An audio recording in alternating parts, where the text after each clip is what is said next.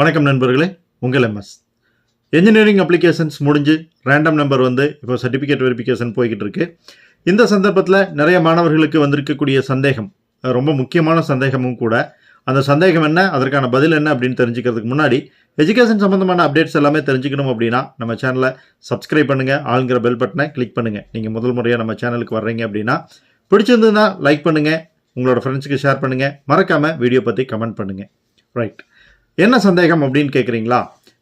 Counselling ஆரம்பிக்கும் போது அதில் மிக முக்கியமான கட்டம் சாய்ஸ் ஃபில்லிங் அப்படின்னு சொல்லியிருக்கோம்.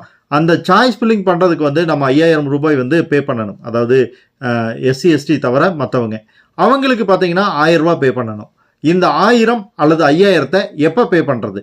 ரேங்க் லிஸ்ட் வந்த உடனேவா, அல்லது இப்போ சர்டிஃபிகேட் வெரிஃபிகேஷன் முடிஞ்ச உடனேவா, அல்லது சாய்ஸ் ஃபில்லிங்க்கு முன்னாடியா, அல்லது சாய்ஸ் ஃபில்லிங் முடிஞ்சு காலேஜ் செலக்ட் ஆனதுக்கப்புறமா அப்படின்னு வந்து சந்தேகம் நிறைய பேர்த்துக்கு இருக்குது.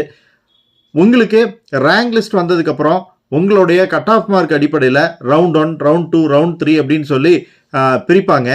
ஒவ்வொரு ரவுண்ட் ஸ்டார்ட் ஆகிறதுக்கு முன்னாடி 2 அல்லது 3 நாட்கள் வந்து உங்களுக்கு பேமெண்ட் பண்ணுறதுக்கு டைம் கொடுப்பாங்க.